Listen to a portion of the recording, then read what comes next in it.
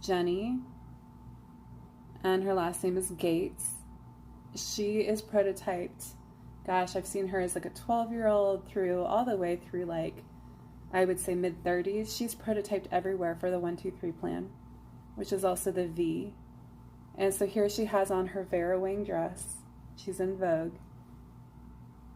And she looks like the most innocent conqueror that you would ever see. How does she do it? I'm pretty sure her dad has a team like he has at Microsoft that that runs her. Where would this team be? A best guess is, I was going to say Algeria, but Africa, because I found a lot of Africans who are